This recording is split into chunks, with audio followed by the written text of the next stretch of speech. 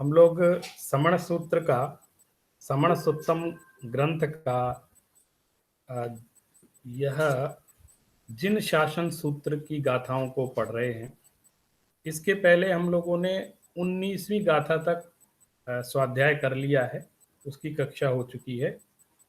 अब हम 20वीं गाथा से इसको देखेंगे। 20वीं गाथा में विशेष रूप से आगम का लक्षण किया है। आगम का लक्षण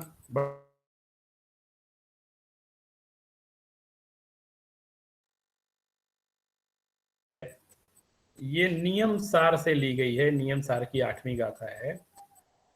एक बार गाथा को पढ़ते हैं।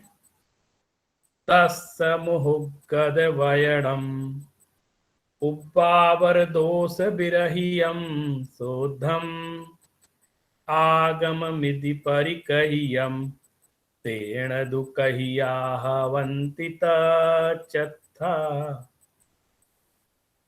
नियम सार से ये गाथा का संकलन किया है समण सुत्तम ग्रंथ में। हम आपको पहले भी बात बता चुके हैं कि जो समण सुत्तम ग्रंथ है, यह जो महान जैनागम है विभिन्न, उनमें से मोतियों को चुन करके इसमें ग्रंथ में संकलित किया गया है। यहाँ कह रहे हैं तस्य मोहगद वैडम।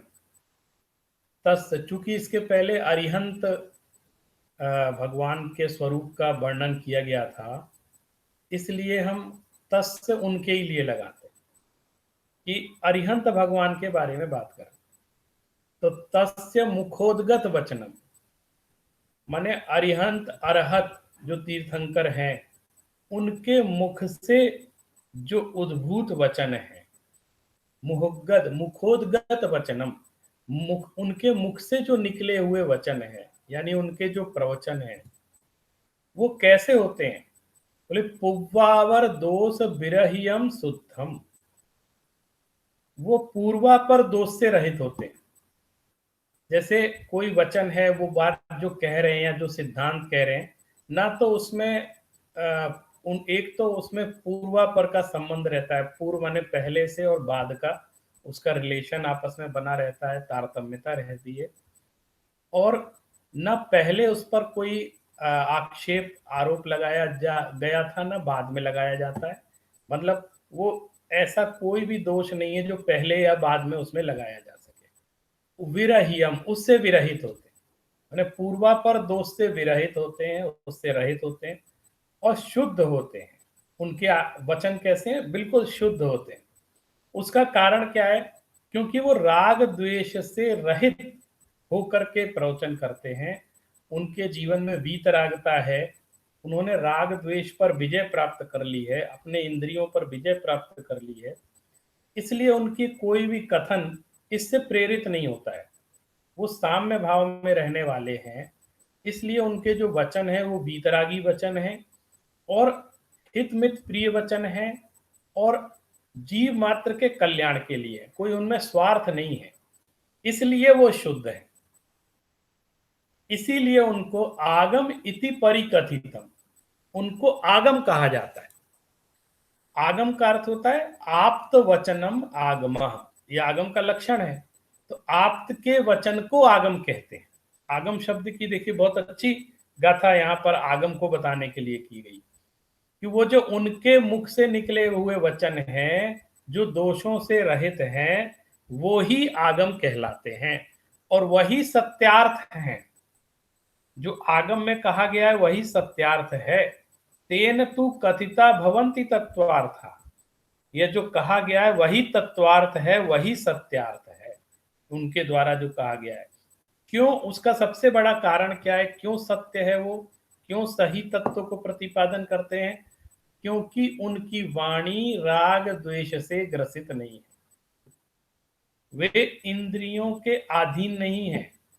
जैसे हम लोग कोई भी वचन बोलते हैं या कोई भी कथन करते हैं, तो उसमें हमारा मोह भी काम करता है, हमारी कषाय भी काम करती है, राग द्वेष कहीं ना कहीं उसमें काम करता है, इसलिए उसमें कहीं कहीं स्वार्थ भी आ जाता है।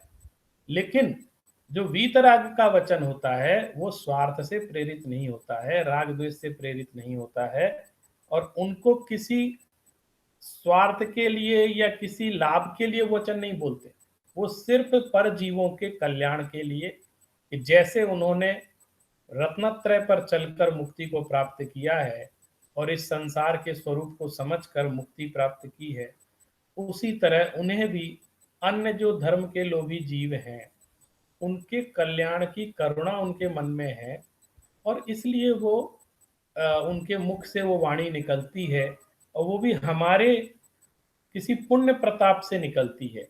माने जो श्रोता हैं, जो सुनने वाले हैं, उनका भी कोई पुण्य का प्रताप होता है कि उनको वो वाणी सुनने को मिल जाती है, इसलिए उसको आगम कहते हैं। तो आगम की ये परिभाषा हमेशा स्मरण रखनी चाहिए। सरल शब्दों में बोलें तो आप्त वचनम आगम, और आप्त के वचन बड़े महत्वपूर्ण होते हैं। उसी महत्वपूर्ण क्यों महत्वपूर्ण होते हैं, आप देखिए ये अगली गाथा हम लोग देखेंगे जो 21वीं गाथा है, इसको भी पढ़ते हैं। संक्षेप में ही हम यहाँ पर इनका अर्थ लगा रहे हैं। जिण वयड़े अणुरत्ता, जिण वयड़म जे करेंति भावेण, अमला असंक्लिष्ठा ते होन्ति परित संसारी।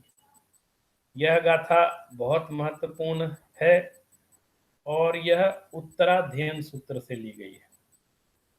अर्धमागधी आगम ग्रंथ है प्राकृत का। बहुत बढ़िया बात कही है। जिण वैणे अनुरक्ता, जो जिन वचनों में अनुरक्त है, और वचन कैसे हैं, वो आप्त के वचन है। आगम, जिन वचन का अर्थ है आगम, यानी जो शास्त्र हमें परंपरा से, आचार्य परंपरा से प्राप्त हुए हैं, वो जिन वचन है।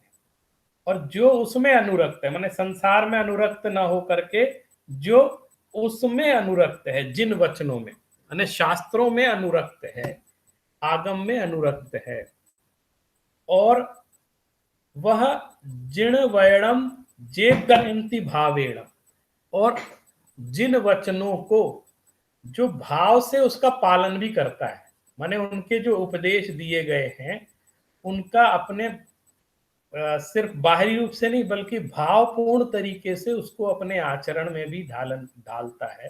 पहला तो वो जिन वचन को ही सब कुछ मानता है और उसमें अनुरक्त रहता है। दूसरा, जो जिन वचनों में उपदेश दिए गए हैं उसका आचरण करता है, और न सिर्फ आचरण बल्कि भावपूर्ण तरीके से आचरण करता है। जिण वैणम जे करेंति भावेण, अमला असंक्लिष्ठा, वह जीव कैसा होता है, निर्मल हो जाता है। अमल अर्थात निर्मल, कर्मों से रहित हो जाता है। और असंक्लिष्ठा, असंक्लिष्ट हो जाता है, दुखी नहीं रहता, सुखी हो जाता है, राग द्वेष से रहित हो जाता है। और कैसे, ते होन्ति परित संसारी, और वह परित संसारी, अर्थात परित संसारी का मतलब बड़ी उसका कम संसार बचा है, माने अल्प जन्म मरण वाला होता है। माने अब वो ज्यादा समय तक संसार में नहीं भटकेगा, निश्चित ही उसको मुक्ति की प्राप्ति हो जाएगी। ऐसा जिन वचनों का प्रभाव है। और जिनेन्द्र भगवान के द्वारा जो कहे गए वीतराग वचन है, उन वचनों पर जो चलता है, उसको जो आचरण करता है भावपूर्ण तरीके से, वह कर्मों से रहित हो जाता है। अमल माने सारे उसके मल रहित हो जाते हैं, सारी गंदगी उसकी दूर हो जाती है। असंक्लिष्टा माने वो दुख से रहित हो जाता है। और ते भवंति परीत संसारिणः, जिन वचने अनुरक्ता, ये जिन वचन से पालनम कुर्वन्ति भावपूर्ण रूपेण, भावेण पालनम कुर्वन्ति, ते अमला भवन्ति, ते असंक्लिष्टा भवन्ति, तथा च ते परीत संसारिणः भवन्ति। समय अल्प, मात्र अल्प समयेण ते मुक्ताः भवन्ति इति अस्य गाथायाः अर्थो अस्ति। अब देखिए 22वीं गाथा को हम देखते हैं, उसमें भी ये बहुत महत्वपूर्ण बात कही गई, इसको कहकर हम संपन्न करेंगे। एक बार इसको पढ़ते हैं। जय वीराय जय गुरु, होमम तुह पहावो भयवम, भपणिव्ययो मग्गाणुसारिया इट्ठ फल सिद्धि। ये थोड़ी अलग तरह की गाथा है, सरल है। हे वीतराग, जय गुरु, हे भगवान, ये पंच प्रतिक्रमण में गाथा आई। हो मम तुह प्रभावो भयवम, हे भगवान आपके प्रभाव से मुझे संसार से भय हो, भयवम संसार से विरक्ति हो जाए, इस दुख रूपी संसार से मुझे विरक्ति हो जाए। भव निर्वेद, माने मैं इस भव से निर्वेद हो जाऊं, और मग्गानुसारिया मैं मोक्ष मार्ग का अनुसरण करने लग जाऊं। हो मम तो पवाओ भगवान, हे भगवान तुम्हारे प्रभाव से मुझे क्या क्या फल चाहिए। एक तो मैं इस संसार के से डरने लग जाऊं और संसार से मेरी विरक्ति हो जाए, और मग्गानुसारिया मैं मोक्ष मार्ग पर चलने वाला हो जाऊं, अनुसरण करने लग जाऊं। और इसी तरह ये जो मोक्ष रूपी इष्ट फल की प्राप्ति, इष्ट फल की सिद्धि मुझे भी प्राप्त हो। तो एक जो सच्चा भक्त होता है वो भगवान के सामने यदि कामना करता है तो वह यही कामना करता है कि आपके प्रभाव से मुझे भी संसार से वैराग्य हो, मैं भी मोक्ष मार्ग पर चलूं, और मुझे भी इष्ट फल की सिद्धि, मोक्ष रूपी इष्ट फल की सिद्धि प्राप्त हो। तो इन तीन गाथाओं में हमने जिन वचनों के प्रभाव को और उसका लक्षण इसको समझने का प्रयास किया। आगे की कक्षा में हम आचार्य का गुण क्या होता है उसको समझेंगे। अब हम यहीं पर आज की कक्षा संपन्न करते हैं।